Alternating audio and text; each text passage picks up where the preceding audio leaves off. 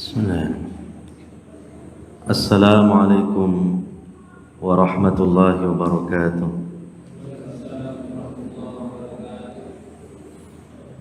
Hamdan katsiran tayyiban mubarakan fih kama yuhibbu rabbuna wa yardah.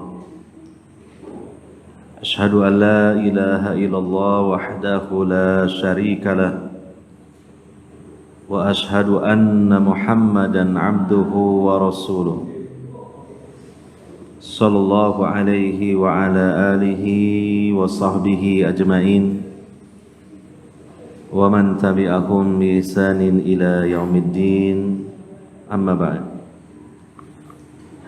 Hadirin wal hadirat, para bapak, para ibu, saudara-saudari sekalian yang semoga senantiasa mendapatkan rahmat dan taufik dari Allah Ta'ala.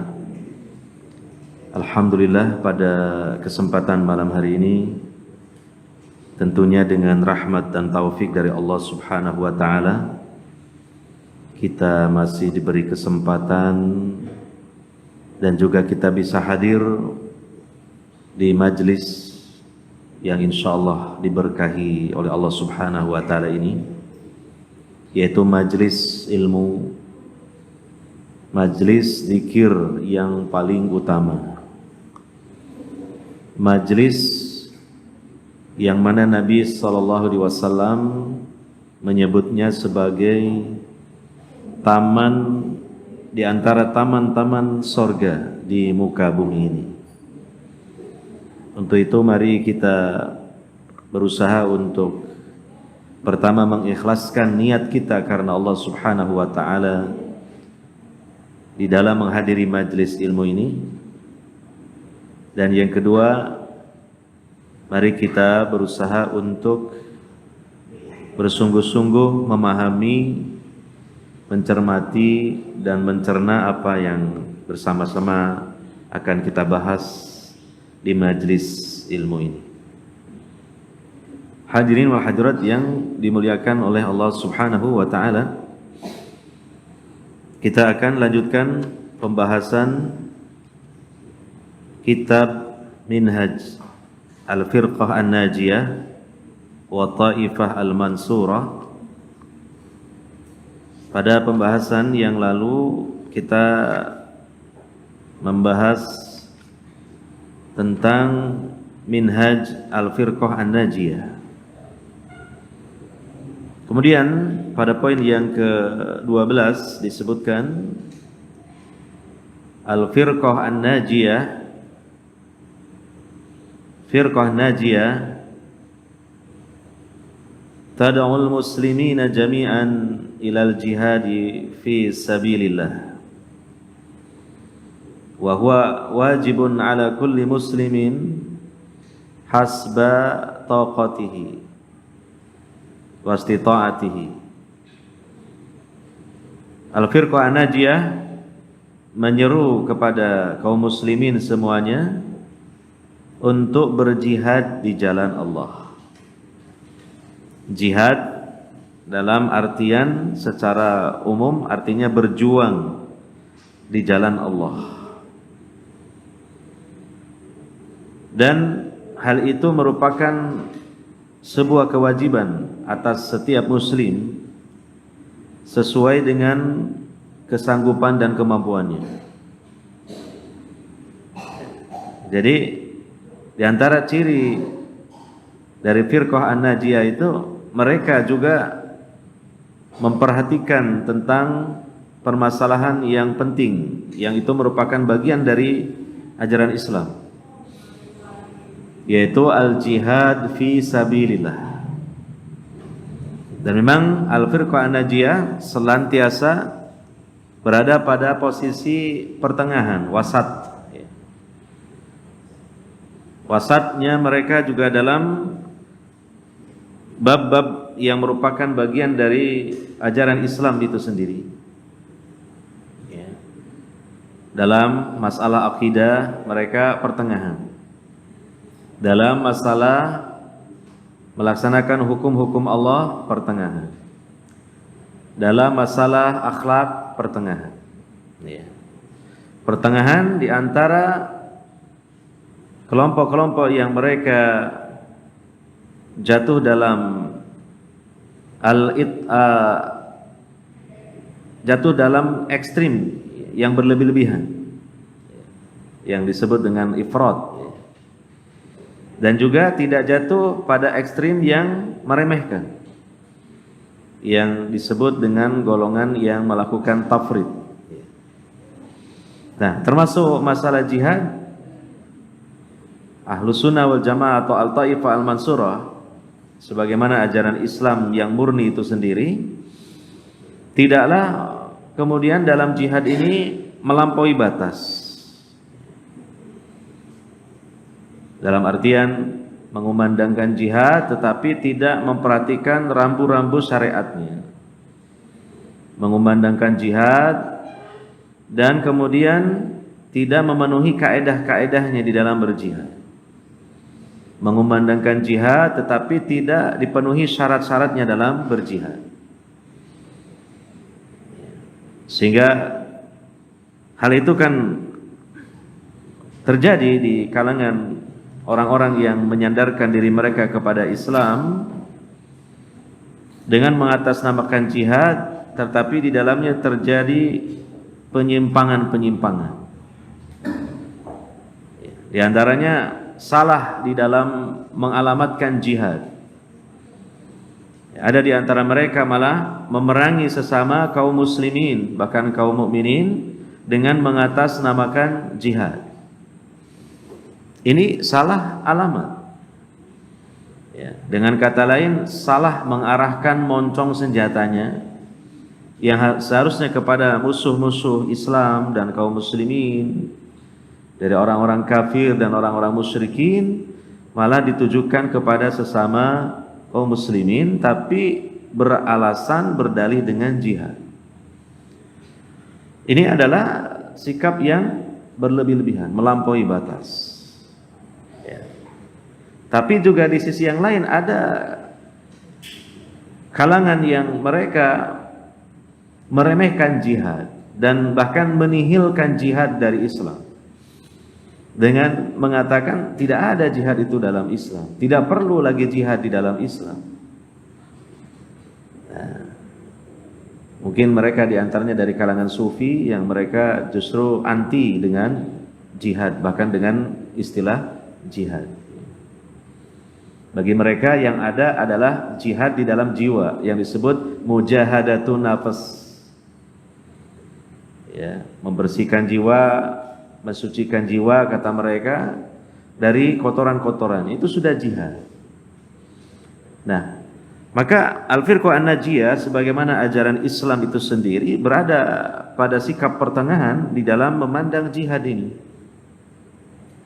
Di antara mereka yang melampaui batas atau melakukan ya, ifrat di dalam jihad, dan juga di antara mereka yang kebalikannya dari golongan yang pertama tadi, yaitu kalangan yang tafrid, yaitu meremehkan bahkan menihilkan jihad.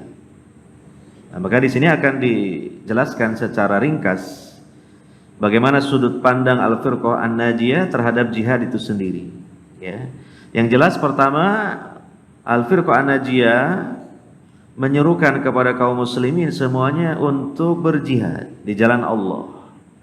Karena inti dari berjihad di jalan Allah itu memperjuangkan agama Allah sesuai dengan kesanggupan, sesuai dengan kemampuan, sesuai dengan potensi masing-masing yang dimiliki oleh kaum muslimin. Dan juga jihad itu beragam, ya, tidak mesti dibatasi secara sempit bahwa jihad itu hanya dengan mengangkat persenjataan saja. Ya, mengangkat persenjataan itu hanya salah satu dari macam-macam jihad. Ya, dan itu pun dalam situasi dan kondisi yang menuntut hal itu. Ya. Adapun jihad secara luas, sebagaimana dijelaskan di sini, wa yakunul jihadu bima yali. Nah, jihad itu ada beberapa macam berikut ini. Awalan, yang pertama, al-jihadu bil lisani wal qalam. berjihad dengan menggunakan lisan dan pena. Nah, jadi jihad dengan lisan dan dengan tulisan. Ya. Ini juga termasuk jihad. Seorang alim yang memiliki ilmu agama Islam, ya, dia menulis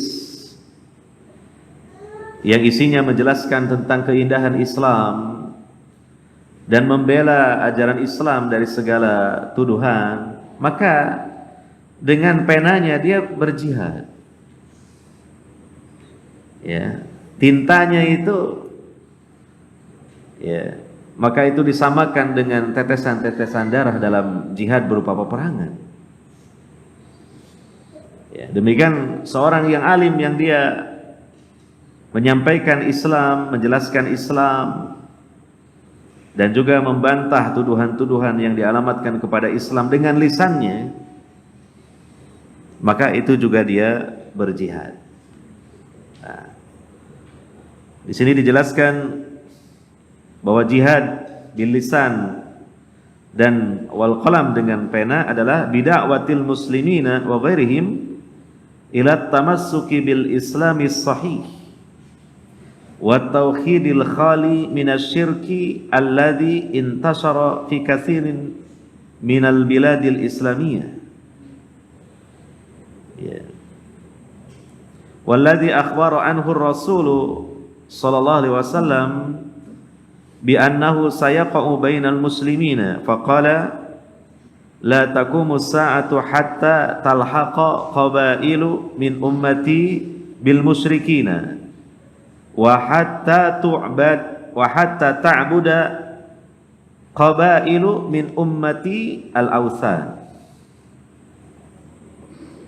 Jihad dengan lisan dan dengan pena, dengan tulisan, itu berupa mendakwahkan Islam yang ditujukan kepada kaum muslimin dan juga selain kaum muslimin, mengajak kaum muslimin dan selain kaum muslimin untuk berpegang teguh dengan Islam yang benar. Nah, jadi di sini diperhatikan yang menjadi objek dakwah ini adalah kaum muslimin dan juga ghair al-muslimin, selain kaum muslimin, dari orang-orang kafir, dari orang-orang musyrik. Nah, ini dua kelompok ini, ya, bukan hanya orang-orang yang belum beragama Islam saja, tetapi juga kaum muslimin. Pertanyaannya, kenapa kok kaum muslimin masih diajak juga kepada Islam yang benar? Jawabannya, karena masih banyak kaum muslimin yang tidak memahami Islamnya itu sendiri dengan Islam yang benar. Ya. Islam yang dianut dan dipahami oleh mereka ini, di dalamnya ada syubhat-syubhat, ada perkara-perkara yang bukan dari Islam atau yang disebut dengan perkara-perkara bid'ah, baik dalam ranah akidah, dalam ranah ibadah, maupun dalam ranah muamalah. Ya. Memang mengaku beragama Islam, tetapi hanya tahunya itu, ya, di permukaan saja tentang Islam. Ya, bahkan ketika ditanya mengenai bagaimana tata cara sholat yang benar, yang sesuai dengan tuntunan Nabi Sallallahu Alaihi Wasallam, dan kemudian disuruh untuk mempraktekkan bagaimana tata cara sholat, sebagaimana sifat sholat Nabi Sallallahu Alaihi Wasallam, ternyata di sana sini masih banyak kesalahan dan kekurangan. Belum dalam hal-hal yang lainnya, termasuk dalam masalah akidah. Nah, ini terjadi di barisan kaum muslimin. Makanya tetap mereka diajak kepada Islam yang benar, diberi ilmu berupa Islam yang benar, diajari Islam yang benar. Ya, diantaranya kita ajarkan misalnya kitab Minhaj Al-Firqah An-Najiyah. Ini kan Tentunya ya kebanyakan diajarkan kepada kaum muslimin. Dan mereka dirasa masih perlu untuk diajari. Karena apa? Itu tadi. Di dalam mereka berislam itu masih ada di sana sini kesalahan dan kekurangan yang perlu diluruskan. Ya. Demikian juga mengajak selain kaum muslimin. Jadi bukan hanya kepada kaum muslimin, tetapi juga kepada selain kaum muslimin. Kepada orang-orang kafir, baik dari kalangan ahlul kitab, Yahudi, Nasrani, ataupun yang lainnya. Ya. Dan tidak perlu terlalu berbasa-basi, jelaskan kebenaran apa adanya. Ya, contohnya berbasa-basi sampai untuk mengatakan kafir saja berat gitu. Jangan menyebut kafir, itu terlalu ekstrim dan menyinggung perasaan. Itu istilah datang dari Allah dan Rasul yang ada di dalam ayat-ayat Al-Quran, dalam hadis-hadis Nabi Sallallahu Alaihi Wasallam. Banyak dalam ayat Quran. Ya, misalnya di surah, bahkan satu surah disebut Al-Kafirun. Nah, nanti kalau tabu untuk mengatakan kafir, mungkin hilang surat Al-Kafirun dalam Al-Quran. Karena itu menyebut istilah apa? Kafir. Bahkan surah tersebut dinamai dengan surah Al-Kafirun. Qul ya ayyuhal kafirun. Kalau kemudian mengikuti ya syubhat tadi, jangan mengatakan kafir. Mungkin ketika mau membaca ayat tersebut juga akhirnya jadi bingung. Qul ya ayyuha, oh, ayyuha apa ya? Diganti saja. Qul ya ayyuha ghairil muslimin gitu. Nah, jadi begitu. Jadi sampaikan saja apa adanya. Itu adalah cap ataupun label yang datang dari Allah Subhanahu wa taala, bahwa orang-orang yang tidak memeluk agama Islam itu mereka adalah kafirun, mereka adalah musyrikun. Dan yang kedua, biarlah mereka orang-orang kafir mungkin memerah telinga mereka ketika mereka disebut kafirun. Itu ada baiknya, supaya mereka itu menyadari bahwa status mereka itu adalah orang-orang kafir, sehingga mereka akan bertanya-tanya dalam diri mereka dan merenung, kenapa ya kami ini disebut oleh orang Islam orang kafir lah. Bisa jadi dari awalnya tersinggung, awalnya mereka merasa terusik hatinya ketika disebut kafirun, dari situlah awal hidayah. Karena keadaan mereka itu buruk, bahkan lebih buruk daripada binatang ternak. Ya, sebab mereka tidak mau beriman kepada Tuhan yang hak, pemilik alam semesta, yang menciptakan semuanya, termasuk mereka diciptakan oleh Allah Subhanahu wa taala. Ya. Jadi sampaikan saja apa adanya kebenaran Islam yang datang dari Al-Quran dan Sunnah Nabi Sallallahu Alaihi Wasallam. Dan juga orang Islam yang mengajak orang-orang kafir kepada Islam, mereka juga harus memiliki ilmu tentang Islam, bahkan ilmu yang mencukupi. Ya. Jangan mengambil metode yang salah, mendakwahkan Islam kepada orang kafir, misalnya kepada orang Nasrani. Nah, dia memperdalam Injil tapi dia lupa tidak memperdalam Al-Quran. Jadi dia orang Islam lebih pandai Injil daripada Al-Quran.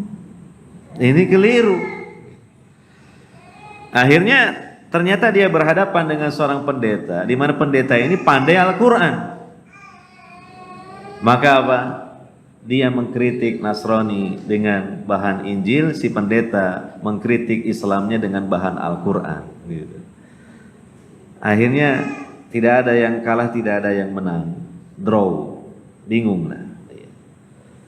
Maka kalau kita lihat ya dakwahnya Nabi SAW kepada orang-orang kafir, kepada orang-orang musyrik, demikian juga sebagian para sahabat yang memiliki ilmu yang berdakwah kepada orang-orang kafir, kepada orang-orang musyrik, mereka membekali diri mereka dengan ilmu Islam, dengan ilmu Al-Quran dan Sunnah Nabi SAW. Baru setelah itu kalau ingin menambahi sekedar pengetahuan, mungkin dengan mengetahui sebagian dari isi Injil, itu tentu ya hal yang tidak dilarang, karena akan menguatkan dari hujahnya. Iya. Nah ini namanya jihad, seperti ini jihad ini. Jadi tidak diartikan dalam artian yang sempit bahwa jihad itu memanggul senjata, lalu memerangi orang-orang kafir dengan senjata itu. Ada jihad, senjatanya bukan senjata api ataupun senjata tajam, tetapi senjatanya berupa ilmu. Kalau dengan senjata api yang dibunuh manusianya, tetapi kalau senjata ilmu yang dibunuh akidah yang menyimpangnya, yang dibunuh ajaran sesatnya, supaya mati lalu berpindah kepada ajaran yang benar. Sehingga yang tadinya hatinya mati menjadi hatinya hidup, dan orangnya juga tetap hidup karena tidak dibunuh jasadnya. Makanya jihad dengan ilmu ini didahulukan daripada jihad dengan persenjataan. Karena kalau jihad dengan persenjataan itu memberantas manusianya, membunuh manusia. Tetapi kalau dengan ilmu, yang dibunuh bukan manusia, yang dibunuh ajaran menyimpangnya, yang dibunuh kesesatannya, yang dibunuh kekufurannya, yang dibunuh kesyirikannya. Maka ini didahulukan. Lihat bagaimana jihadnya Nabi SAW dan para sahabat. Tidak langsung menyerang orang-orang kafir, tetapi apa? Diutus dulu utusan, seorang sahabat yang berilmu menjelaskan tentang Islam. Kalau tidak menerima, bisa jadi kemudian diwajibkan membayar jizyah, upeti, dan tunduk kepada pemerintahan kaum muslimin. Dan kalau tidak mau juga baru diperangi. Atau bisa jadi langsung diperangi ketika tidak menerima Islam. Tetapi artinya tidak serta-merta langsung diperangi. Tidak serta-merta dilancarkan jihad dengan mengangkat senjata. Tapi didahului dengan jihad dengan ilmu. Dijelaskan Islam, dijelaskan kebenaran Islam. Makanya nomor satu di sini, jihad itu bukan dengan mengangkat senjata, tetapi apa? Al jihadu bil lisan wal qalam. Ya. Jihad dengan lisan dan dengan pena, dengan tulisan. Nah, kita hidup di zaman sekarang ini dalam situasi kondisi seperti ini, termasuk di negara kita, yang paling memungkinkan untuk melancarkan jihad adalah jihad yang pertama ini. Bahkan ini jihad, ya jihad yang pertama dalam situasi dan kondisi apapun juga tetap ini diperlakukan, dijalankan. Ya, jadi jangan kemudian, wah saya ingin meraih keutamaan jihad, saya ingin menjadi seorang mujahid, tapi sekarang ini belum ada medan tempurnya dan situasinya. Nah, maka apa? Kalau kita kembali kepada ilmu, jihad itu tidak sesempit itu. Ada medan-medan tempur yang lain yang juga itu adalah medan tempur jihad, tetapi bukan dengan mengangkat persenjataan, tapi dengan dakwah, baik kepada kaum muslimin ataupun kepada orang-orang kafir, supaya mereka berpegang teguh dengan Islam yang benar, supaya mereka memeluk Islam yang benar. Dan juga mengajak kaum muslimin serta selain kaum muslimin untuk bertauhid yang murni, yang bersih dari kesyirikan, yang mana kesyirikan ini masih tersebar di kebanyakan negeri-negeri Islam. Ya, tidak sedikit kaum muslimin yang karena mungkin kurang ilmunya, kurang pemahamannya, atau mungkin ada syubhat, masih juga terkena noda-noda kesyirikan. Baik dalam berkeyakinan, baik dalam sisi ucapan-ucapan, baik mungkin dari tindakan-tindakan. Ada orang Islam masih percaya dengan jimat-jimat, benda pusaka, punya kekuatan yang luar biasa. Dia Muslim, tapi dia punya keyakinan seperti itu. Itu keyakinan syirik. Nabi SAW mengatakan, man ta'allaqa tamimatan faqad asyraka. Sekedar seseorang menggantungkan jimat, walaupun dia tidak meyakini bahwa jimat itu yang mendatangkan manfaat atau menolak bahaya, tapi sebagai sebab, itu setidaknya syirik asghar, syirik kecil. Apalagi kalau diyakini bahwa jimat itu yang punya kekuatan yang luar biasa, yang bisa menolong dia, yang bisa menolak bahaya yang akan menimpa dia, maka syirik besar. Itu baru satu contoh, belum contoh-contoh yang lainnya. Ada sebagian kaum muslimin yang meyakini wali autad atau wali kutub. Apa artinya? Itu diyakini ada wali-wali yang Allah serahkan kepada mereka hak otoritas untuk mengatur sebagian alam semesta. Bayangkan. Ini kan sudah syirik dalam tauhid ar-rububiyah. Bukankah Allah itu Rabbul Alamin? Artinya satu-satunya dia Allah yang menciptakan, memiliki, menguasai dan mengatur alam semesta. Kok diyakini ada selain Allah mengatur sebagian alam semesta? Nah, ini keyakinan wali autad atau wali kutub. Lah ini ada di mana? Di barisan kaum muslimin. Nah ini maka perlu dijelaskan dan subhat-subhatnya perlu dibantah. Ini termasuk apa? Ya jihad juga. Makanya kita-kita yang mungkin sudah belajar tentang ilmu tauhid yang benar, kemudian mengajarkannya kepada umat, mendakwahkannya kepada umat, dia sebagai seorang mujahid fi sabilillah. Dia orang yang jihad fi sabilillah. Ya. Jangan kemudian seperti yang dipahami oleh sebagian kaum muslimin yang sempit mengartikan jihad. Yang jihad mereka juga sebagiannya ngawur. Ngebom sana, ngebom sini. Mengkafirkan pemerintah kaum muslimin secara serampangan. Itu lebih banyak merusaknya daripada membangun Islam. Dan membuat citra Islam menjadi jelek di mata orang-orang kafir. Iya. Nah ini justru yang jelas-jelas jihad yang benar, jihadnya itu betul-betul membela agama Allah. Maka diantaranya apa? Jihad dengan ilmu, dakwah, mengajarkan tauhid yang benar, menjelaskan kesyirikan-kesyirikan bahwa itu syirik, menjelaskan hakikat kesyirikan. Sehingga umat menjadi paham, lalu mereka meninggalkannya atau menjauhinya. Itu jihad. Jangan punya teman-teman, misalnya di pabrik, di perusahaan, atau yang kuliah mungkin temannya di kuliahnya. Lalu jangan sampaikan tentang tauhid. Atau ketika melihat temannya ada penyimpangan dalam tauhid, dinasehati, ditegur, dijelaskan. Ini jihad. Karena bagian dari apa? Dakwah, menyampaikan Islam yang benar. Ya. Atau kalau sekarang kan ada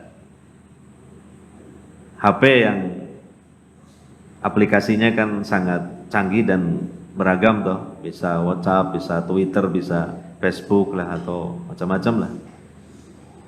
Nah, kemudian kita share artikel tentang Islam, indahnya Islam, kebenaran Islam. Kita share artikel yang menjelaskan tentang ketauhidan. Kita share artikel menjelaskan tentang hakikat kesyirikan dan macam-macamnya yang wajib dijauhi. Kita share kemana-mana. kepada kaum muslimin, kepada orang kafir. Ini termasuk apa? Itu tadi, al-jihad bil lisan wal qalam. Berarti ya dengan kita nge-share menggunakan HP ya bisa dua-duanya, bisa dengan lisan, bisa dengan qalam. Karena HP itu kan istilahnya itu kata-kata yang disampaikan dengan tulisan. Kita ngomong tapi disampaikannya dengan tulisan. Jadi ya mirip lah, ya bil lisan, ya bil qalam, ya dengan pena. Gitu. Nah, jadi ini masuk dalam bagian dari jihad fi sabilillah. Ya. Nah, dikatakan di buku ini bahwa di kalangan kaum muslimin sendiri ya masih ada di antara mereka yang belum paham tentang hakikat tauhid dan lawannya, yaitu syirik. Sehingga ada yang masih melakukan kesyirikan. Kesyirikan masih melekat dalam hati-hati mereka. Dan ini sudah pernah dikabarkan dahulu kala ya oleh Nabi sallallahu alaihi wasallam dalam hadis sahih riwayat Abu Dawud ya. Dan secara makna juga tertera dalam kitab Sahih Muslim ya. Nabi bersabda, tidaklah hari kiamat terjadi sehingga ada beberapa kelompok dari umatku bergabung dengan orang-orang musyrik. Yang dimaksud dengan umatku di sini adalah umat Islam, umat Islam. Ummatul ijabah. Ya, mereka terpengaruh dan bergabung bersama orang-orang yang musyrik. Sampai beberapa kelompok dari kalangan mereka itu, mereka menyembah al-awthan. Jadi beberapa kelompok dari umatku, dari kaum muslimin, itu mereka menyembah al-awthan, yaitu berhala-berhala. Atau makhluk-makhluk Allah yang dipertuhan. Nah, kalau kita bahas di kitab Tauhid yang dijelaskan oleh para ulama, awthan ini jamak dari wasan. Wasan itu lebih luas daripada sonam atau asnam. Kalau sonam atau asnam itu adalah berhala-berhala, sebagaimana orang-orang jahiliyah mereka menyembah berhala. Ada yang terbuat dari batu, ada yang terbuat dari pohon, dari kayu. Nah, itu namanya sonam. Tapi kalau wasan, bentuk jamaknya awsan, lebih luas lagi. Mungkin ada manusia yang disembah, maka manusianya itu jadi wasan. Ada roh nabi yang disembah, maka itu disebut wasan. Ada roh wali yang dianggap wali disembah, yaitu juga wasan. Ada kuburan yang disembah, itu juga wasan. Jadi lebih luas lagi. Maka ini sudah diisyaratkan oleh Nabi sallallahu alaihi wasallam jauh-jauh hari, ada di kalangan kaum muslimin. Makanya tetap dirasa penting dakwah tauhid ini disampaikan kepada orang-orang yang telah beragama Islam sekalipun, supaya mereka bisa memurnikan tauhid mereka, supaya mereka lebih bisa membersihkan hati mereka dari noda-noda kesyirikan. Ini yang pertama ya. Jadi makna jihad itu luas. Dan semoga kita semua ya jangan sampai tidak ada dalam kegiatan kita jihad fisabilillah. Apalagi sudah kita ketahui bahwa jihad ini luas. Ya. Kemudian yang kedua, al-jihadu bil mal, jihad dengan harta. Nah, jadi bisa berjihad dengan harta ya, terutama mereka orang-orang yang Allah beri kelebihan berupa harta. Hartanya banyak. Kalangan agnia. Ya. Itu lebih-lebih lagi ya. Artinya bukan berarti kalau tidak agniya lantas tidak bisa jihad dengan harta. Ya tidak, ya bisa juga. Tetapi kalau agniya kan lebih, bagi mereka lebih leluasa lagi untuk berjihad dalam jenis yang kedua ini. Wa yakunu bil infaqi ala nasril Islam wa tab'il kutub ad-da'iyati ilaihi ala al-wajhi sahih. Wa yakunu bi tawzi'il mali 'alal mu'allafati qulubuhum min du'afa'il muslimina litathbitihim wa yakunu bi tasni'i wa syira'il asliha wal ma'adat lil mujahidina wa ma yulzimuhum min ta'amin wa kisa'in wa ghairi dzalik. Jihad dengan harta ya berupa apa? Ya berupa infak, menginfakkan sebagian hartanya untuk tersebarnya Islam. Karena untuk dakwah, untuk perjuangan Islam ini juga membutuhkan biaya, membutuhkan dana. Ya, mendirikan ma'had-ma'had Islam, pondok-pondok pesantren Islam tidak mungkin tanpa biaya, membutuhkan biaya. Membutuhkan biaya untuk membebaskan tanah misalnya, lalu membutuhkan biaya untuk membangun bangunan fisiknya, ya. Dan juga kadang dibutuhkan juga biaya-biaya operasional di dalam menjalankan pondok pesantren tersebut, ya. Dan juga mencetak kitab-kitab ya yang mengajak kepada Islam yang benar, maksudnya Islam yang benar, Islam yang murni. Ya, memperbanyak tulisan-tulisan para ulama Ahlus Sunnah wal Jamaah. Ya, mencetak buku-buku diperbanyak. Atau kalau diizinkan difotokopi misalnya, diizinkan ya difotokopi, diperbanyak. Lalu disebarkan. Demikian juga dengan membagi-bagikan harta untuk orang-orang yang perlu ditaklif hati mereka.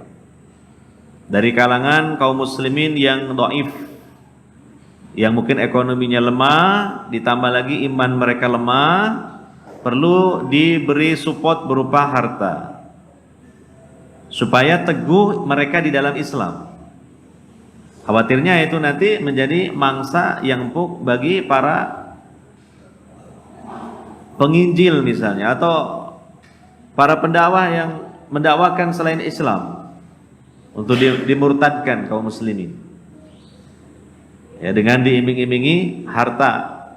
Karena kebanyakan kaum muslimin kalau murtad itu karena urusan perut, dorongannya perut. Tapi kalau orang selain Islam masuk Islam rata-rata bukan dorongan perut, dorongan hati, ya, menunjukkan Islam agama yang benar. Ya, kalau ada orang Islam keluar dari Islam biasanya karena urusan perut gitu. Ya, perutnya kosong, imannya lemah. Nah, akhirnya tergiur dengan iming-iming dari orang-orang kafir, kemudian murtad menjadi orang-orang kafir. Nah, maka di sini cukup berperan orang-orang yang memiliki harta yang cukup banyak dalam rangka meneguhkan kaum muslimin supaya tetap berada di atas agama Islam, ya. Dan mereka tidak terpancing tergiur oleh iming-iming berupa harta dari mereka orang-orang kafir. Bisa juga ketika dalam situasi tertentu kaum muslimin melakukan peperangan secara persenjataan melawan musuh-musuh kaum muslimin dan membutuhkan biaya. Maka harta ini bisa diinfakkan ke sektor tersebut, misalnya untuk membeli senjata atau membuat persenjataan, ya. Bisa juga sebagai perbekalan atau bahan-bahan logistik untuk menunjang para mujahidin, ya, yang mereka membutuhkan makanan, mereka membutuhkan pakaian dan sebagainya.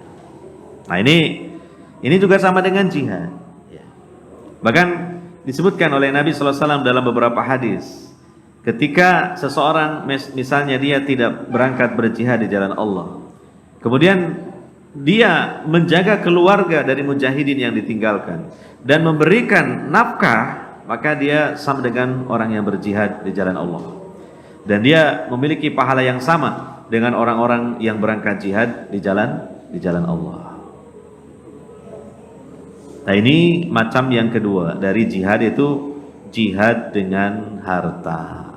Jadi kalau misalnya ada seseorang ilmunya minim, ilmunya sedikit, ya, dia ingin berjihad tetapi kemampuannya sangat terbatas kalau berjihad dengan ilmunya, maka apa? Ketika dia melihat bahwa dirinya adalah orang yang kaya, memiliki harta yang banyak, maka harta itu bisa menjadi bahan untuk dia jadikan ya sebagai usaha jihad di jalan Allah. Sementara kita pending dulu untuk dikumandangkan adzan Isya, dan nanti insya Allah kita lanjutkan lagi.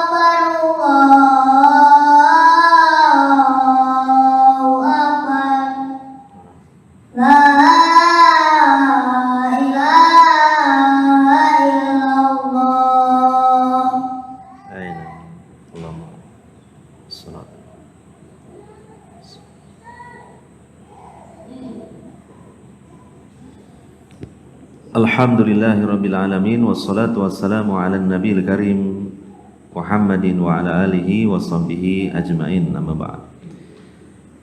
Kemudian yang ketiga macam dari jihad adalah al-jihadu bin nafsi, jihad dengan jiwa raga.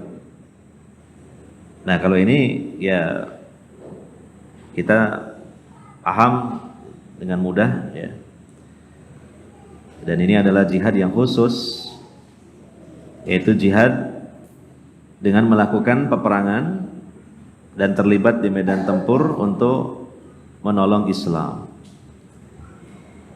Walitakuna kalimatullahi al-ulya, tujuannya supaya kalimat Allah itu tinggi. Wa kalimatul ladzina kafaru hiyal sufla, dan supaya kalimat orang-orang kafir menjadi rendah. Ini tujuannya jihad fi sabilillah, diantaranya dengan melakukan peperangan atau mengangkat senjata dalam situasi kondisi yang memang menuntut hal itu. Ya. Dan ini juga ada dawabit atau syarat-syarat yang harus dipenuhi ya, tidak serampangan. Di antaranya sudah ada kesatuan kalimah kaum muslimin ya. Kalau itu sifatnya jihad yang sifatnya jihad untuk ofensif atau menyerang. Dan juga berdasarkan perintah dari ulil amri dari kalangan kaum muslimin. Jadi bukan kemudian mengangkat senjata dan berangkat sendiri-sendiri atau kelompok per kelompok, tidak. Jadi ada dawabitnya juga. Iya. Kemudian tentang 3 jihad yang telah disebutkan tadi, yaitu jihad dengan lisan dan dengan tulisan, kemudian jihad dengan harta, dan yang ketiga jihad dengan jiwa raga, itu disebutkan oleh Nabi sallallahu alaihi wasallam dalam satu hadis yang singkat. Hadis yang sahih riwayat Abu Dawud. Nabi bersabda, jahidul musyrikina bi amwalikum wa anfusikum wa alsinatikum. Berjihadlah kalian memerangi orang-orang musyrik dengan harta kalian, dengan jiwa raga kalian, dan dengan lisan kalian. Nah, jadi ini tidak hanya dengan jiwa raga, tapi dengan harta dan juga dengan lisan. Itu masuk dalam kategori jihad. Gitu. Nah, kalau sekarang ini, situasi sekarang ini seperti ini, kita aman ya, maka yang memungkinkan adalah jihad dengan lisan, dengan tulisan, dan dengan harta itu. Yang intinya membela agama Allah, yang intinya untuk menyebarkan agama Allah ini. Gitu. Maka hendaknya kita turut andil dan berpartisipasi, jangan berpangku tangan. Karena apa? Tadi sudah dikatakan wajibun ala kulli muslim bihasbi taqatihi wastita'atihi, wajib bagi setiap muslim sesuai dengan kemampuannya ya. Gitu. Jadi kita libatkan diri kita karena wajib, dan supaya kita meraih keagungan dan keutamaan dari apa? Dari jihad fi sabilillah. Ya kan? Ilmu ya sesuai dengan keilmuan kita gitu. Di mana saja kita berada, dengan siapa kita bergaul, dengan siapa kita berteman, ya kita sampaikan dakwah Islam ini. Ini juga termasuk apa? Jihad. Menjadi kru apa yang namanya? Kamerawan untuk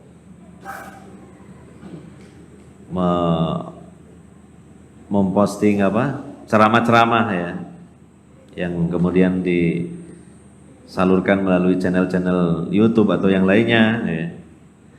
Ya ini bagian dari jihad fisabilillah juga.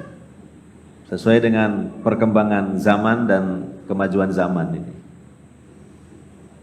Ya, ini namanya jihad dengan lisan dan dengan tulisan gitu. Melalui media-media ini.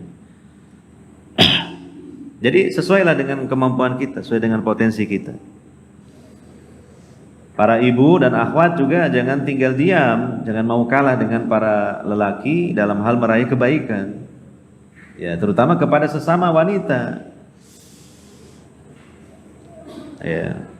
Sampaikan kebenaran Islam, sampaikan dakwah tauhid melalui lisan maupun tulisan.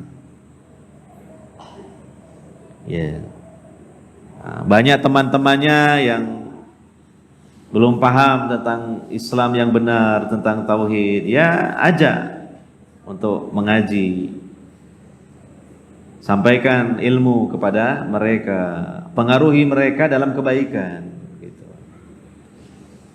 Apalagi ada sebagian akhwat kan punya bakat, dia itu supel, banyak temannya gitu. Teman sekolahnya dulu, temannya kuliahnya dulu masih ada dan banyak gitu kan. Nah, ini kesempatan.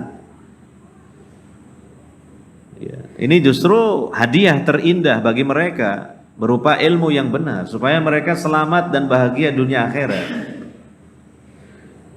Melebihi dari pemberian apapun. Gitu. Ya, potensi dia, kemampuan dia yang supel, yang mudah mengajak orang, mudah mempengaruhi orang. Nah, dijadikan sebagai modal untuk berdakwah, untuk menyampaikan Islam, menyampaikan tauhid, mengajak kepada sunnah gitu. Jadi para ibu dan akhwat jangan tinggal diam gitu. Sama, mereka juga punya medan yang luas dalam berdakwah. Apalagi sekarang ada media-media yang canggih melalui HP, melalui internet. Nah, ini bisa digunakan sebagai sarana untuk itu. Hitungannya detik lah sekarang menyampaikan ilmu itu kepada semua orang, bahkan seluruh dunia melalui ya internet. Nah, itu termasuk jihad fi sabilillah. Ya. Kemudian di sini dibahas hukmul jihad fi sabilillah ala anwa. Hukum jihad itu ada beberapa macam. Yang pertama fardu ain. Sebenarnya hukum asal jihad itu kan fardu kifayah. Tetapi nanti bisa menjadi fardu ain. Ya. Fardu ain pertama kalau pemerintah muslim misalnya memobilisasi atau mengerahkan rakyatnya untuk berjihad, maka itu menjadi fardu ain bagi setiap rakyatnya yang memang sudah memenuhi syarat untuk jihad. Yang kedua, kalau diserang musuh kaum muslimin, maka mau tidak mau harus membela diri, membela agama, membela jiwa raga. Yang ketiga, ketika kaum muslimin yang berjihad sudah berhadap-hadapan dengan musuh mereka di kancah peperangan, tidak boleh lari untuk menyelamatkan diri. Dalam artian tidak boleh lari karena ketakutan. Itu termasuk dosa besar. Jadi harus berjuang untuk melawan dan mengikuti perintah dari komandannya. Yang keempat, bagi orang-orang tertentu misalnya yang punya keahlian dalam menggunakan senjata tertentu, dan senjata itu memang dibutuhkan untuk berjihad dan tidak ada orang lain yang bisa mengoperasikannya selain dia, maka bagi dia hukumnya fardu ain. Ya, itu kalau kita jabarkan ya. Nah, kalau di sini dijelaskan fardu ain yaitu ketika melawan musuh yang menyerang sebagian negeri-negeri kaum muslimin seperti Palestina yang negeri mereka dirampas oleh orang Yahudi. Maka kaum muslimin yang mampu itu berdosa ya sampai mereka dapat mengusir orang-orang Yahudi dari Palestina. Ya, dan mengembalikan Masjidil Aqsa kepada kaum muslimin. Ya, dengan kemampuan kaum muslimin berupa harta ataupun dengan jiwa raga. Ya, ini diantara contohnya karena negeri kaum muslimin diserang, dirampas. Itu tadi saya katakan diantara macam-macam dari fardu ain dalam hukum jihad, yaitu ketika negeri kaum muslimin diserang oleh musuh-musuh kaum muslimin. Yang kedua fardu kifayah. Ya. Fardu kifayah adalah ketika sebagian kaum muslimin sudah menegakkannya, maka bagi yang lainnya menjadi gugur kewajiban mereka. Ya. Yaitu dengan menyampaikan dakwah Islam kepada seluruh negeri-negeri di muka bumi ini. Cuma itu tadi, sebenarnya bagi setiap kaum muslimin yang memang memiliki ilmu, memiliki harta, ya hendaknya mereka mengambil andil ya, dalam hal jihad tersebut. Karena kan di antara tuntutan orang yang memiliki ilmu adalah di samping mengamalkan ilmu juga mendakwahkan ilmunya. Ya, cuma secara garis besarnya kalau dalam rangka jihad berupa menyampaikan Islam secara luas ke seluruh dunia, yaitu menjadi fardu kifayah hukumnya. Ketika ada sebagian orang yang sudah melaksanakannya, terutama dari kalangan para ulama, maka kewajiban tersebut gugur dari muslimin yang lainnya. Iya. Nah, ini mungkin secara ringkas penjelasan mengenai jihad yang intinya sesuai dengan pembahasan utama kita tentang ciri-ciri al-firqah an-najiyah, bahwa mereka tidak mengabaikan satu kewajiban dan satu ibadah yang sangat agung dalam Islam, yaitu jihad fisabilillah. Ya, juga mereka menegakkan jihad fisabilillah ini dengan sebaik-baiknya dan sesuai dengan ilmu yang datang dari Al-Quran dan Sunnah Nabi Sallallahu Alaihi Wasallam. Mungkin ini yang dapat kita bahas pada kesempatan kali ini. Semoga bermanfaat. Kalau ada pertanyaan bisa disampaikan.